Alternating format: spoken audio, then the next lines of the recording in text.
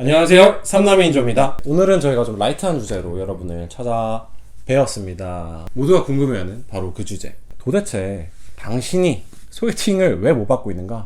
왜 나한테 소개팅이 안 들어오는가에 대해서 오늘 간단하게 말씀드려보도록 하겠습니다. 저희가 어쨌든 경영학도로서 또 이 현업에서 수년간을 경험해온 이 사람들로서 수십 년간 연구되어온 마케팅 기법을 기반으로 한번 분석을 해드리도록 하겠습니다. 마케팅 믹스, 포피 프레임워크를 기반으로 설명을 드릴 건데요. 첫 번째, 바로 프로덕트입니다. 프로덕트라 함은 이 소개팅도 사실은 상품을 판매하는 거하고 똑같은 거예요. 소개팅을 주선해주는 사람은 세일즈맨, 영업사원이 될 것이고, 소개팅을 받고 싶은 나는 하나의 상품이 되는 거죠. 그럼요. 이 상품을 소개팅을 받을 사람한테 팔아야 되는데 이 프로덕트가 좀 후져. 그러면 이제 못 팔겠죠. 퀄리티는 여러 가지 종류가 있겠죠. 뭐 외모가 있겠고, 뭐 직업, 소득 수준, 뭐 또는 집안 자산 가치, 그리고 그 외에 뭐 정성적인 지표로 뭐 성격, 그렇죠. 성향, 뭐 말빨, 뭐 유머러스한지 여러 가지 이런 요소들이 있을 텐데 퀄리티가 좀 떨어진다. 그러면 팔기가 쉽지가 않거든요. 맞아요. 소개팅 시장에서 나랑 상품 구매하는 사람들이 이 프로덕트의 어떤 퀄리티를 보고선 결정을 하실 텐데 딱 봤을 때 이게 후지다, 퀄리티가 좀 좋지 않다라고 한다면 본인을 팔고자 하는 타깃 시장에서 먹히지 않을 가능성이 있다. 근데 이 프로덕트도 사실은 뭐 누군가는 완전 초명품일 거예요. 뭐 외모도 잘났어, 직업도 좋아, 소득도 좋아, 집안도 좋아, 성격도 좋아, 이런 상품이 있는 반면 저희 대부분 평균적인 사람들은 평균적인 브랜드일 거란 말이에요. 맞습니다. 평균적인 브랜드 중에서도 잘 팔리는 브랜드가 있고 잘 안 팔리는 브랜드가 있죠. 이 차이는 저희는 세일즈 포인트의 여부에 있다고 봅니다. 당연히 모든 사람들이 다 좋으면 너무 좋겠죠. 뭐 에르메스면 너무 좋겠지. 그치. 근데 모든 사람들은 꼭 그렇지는 않기 때문에 내가 세일즈 할 수 있는 한두 가지의 무기들이 있어야 된다. 예를 들면 내가 왁구가 너무 좋아. 그럼 보는 월바들한테 잘 팔릴 거 아니겠습니까? 그렇죠. 네. 디자인만 보는 사람들. 그렇죠. 우리 집에 돈이 많아? 아니면 내가 돈을 잘 벌어? 경제적인 요인을 중요시하는 분들에게 이게 팔릴 거란 말이죠. 고만고만하다. 그래서 뭔가 딱 하나 내세울 만한 장점이 없다라고 한다면 평균적으로 나쁘지 않을 수는 있어도 팔리지 않을 가능성은 높다.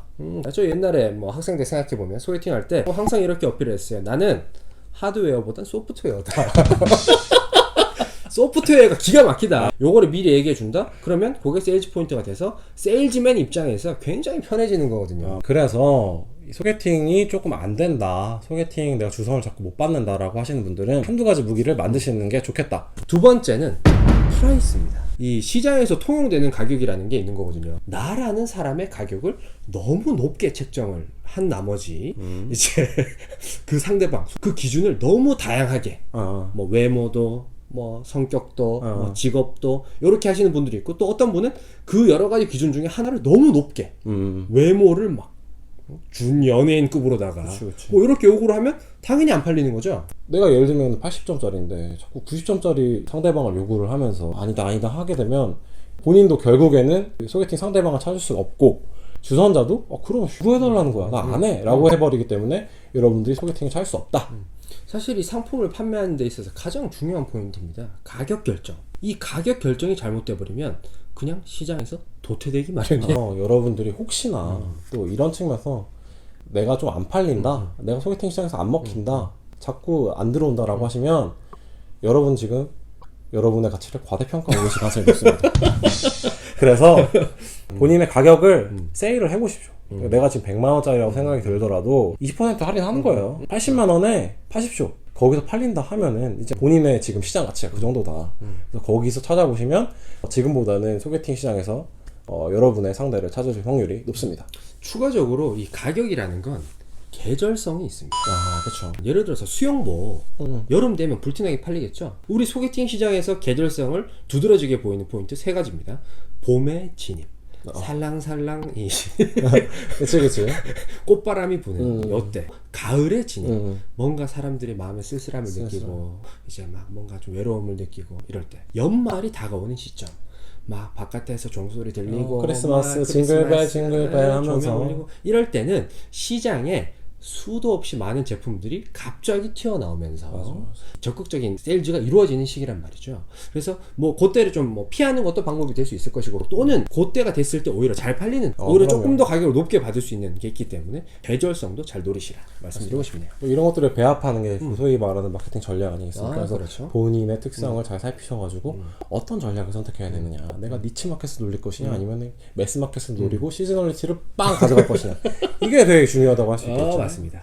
다음으로는요, 플레이스입니다. 음. 이 플레이스라는 게 마케팅에서는 사실 판매 채널의 느낌이거든요. 맞습니다. 소개팅 시장에서의 판매 채널이 뭐냐? 바로 여러분들을 소개해 줄 수 있는 친구들을 말씀을 드리는 겁니다. 내가 80만원짜리 소개팅 풀을 찾고 있는데 내 주변에 50만원짜리들밖에 없다 라고 한다면 80만원짜리를 알기는 힘들 수가 있겠죠. 여러분들이 다른 소개팅 채널을 찾을 필요가 있다. 지금 영상을 보고 계신 분들 중에 나는 소개팅이 왜 이렇게 안 들어올까 생각하시는 분들은, 제가 딱 생각을 해보자면 남자분들 기준으로 남중 나오셔서 남고 나오셔가지고 공대까지. 남자가 많은 이제 대학교 공대를 가셔던가 해가지고 직장도 기계, 중공업, 네, 중공업, 공장 네, 건설 돌리는 하니까 제조업. 내 주변에 세일즈맨들이 없는 거예요. 쉽게 말하면 뭐 소비자를 찾을 수가 없는 거예요. 그렇죠. 이런 분들은 판매 채널을 좀 확장을 시키셔야 되는데, 그걸 위해서는 어떤 동아리 모임, 뭐 동호회 요런 나가 보시는 것도 방법이 될 수가 있겠죠. 또 가만 보면 걔 중에 운이 좋아서 이 슈퍼 판매자를 만나시는 분들이 맞아요, 있어요. 맞아요. 네, 이 슈퍼 세일즈맨들이 있거든요.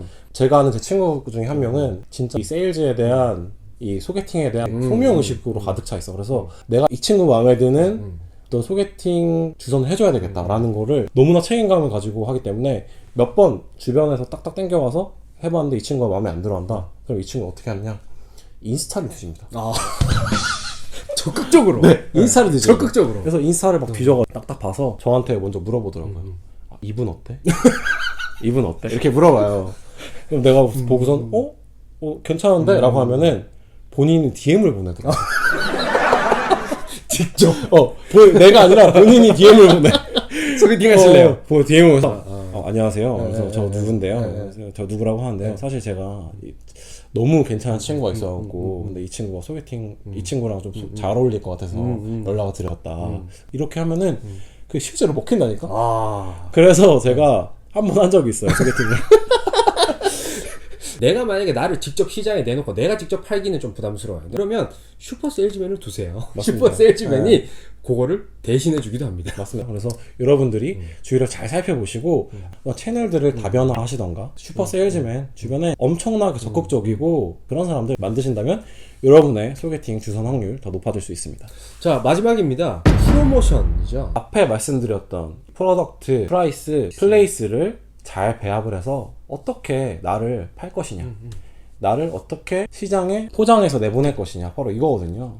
저희 광고를 할 때 이 기준되는 법률이 있습니다. 표시 광고의 공정화에 관한 법률.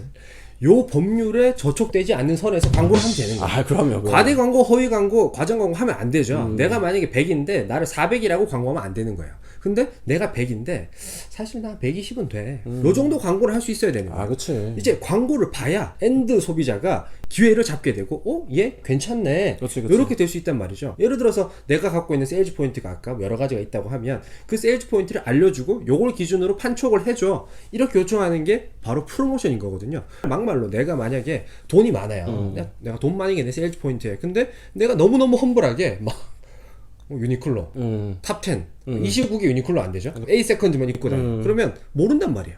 그런 것들을 뭐 포장을 통해서 좀 인지를 할 수 있게끔 적정한 수준에서는 알 수 있게끔 판촉을 해야 된다. 맞습니다. 친구들 보면은 그 프로필 사진 그 그지 같은 거 올려놓은 애들 있잖아요. 아무것도 안 올려놓거나 이런 친구들이 있어. 그러면 소개팅을 시켜달라고 한단 말이죠. 소개팅할 때 사진 교환은 기본이잖아요. 그럼 사진 좀 달라라고 하면은 진짜 막 뭐 엽사 같은 거 알잖아. 막. 그죠. 그러니까 이런 거를 주면은 이 아무리 실제 본판이 잘생겼다 하더라도 이 친구가 정말 잘생기고 준수한 친구라는 거 어떻게 알겠습니까? 그렇게 이 프로필 사진 정말 잘 나온 거 한두 개쯤 가지고 계신 거는 이제 기본입니다. 나를 시장에 세일즈하는 것의 기본이다. 이 시장에 지금 중개인을 낀 거잖아요. 우리 맞아요. 세일즈맨을 주고 파는 거잖아요.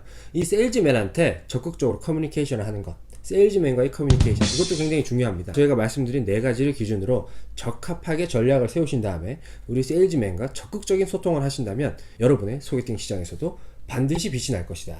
저희가 말씀드린 이 4P 전략 잘 기억하셔서 지금 여러분들이 부족한 게 무엇이고 강화시켜야 될 것이 무엇인가 잘 살펴보신 다음에 그것들을 보완하신다면 소개팅 성공하시는데 도움이 될 거라고 생각합니다. 저희 영상이 마음에 드셨다면 구독과 좋아요, 댓글과 알림 설정까지 꼭 부탁드리겠습니다. 감사합니다. 감사합니다.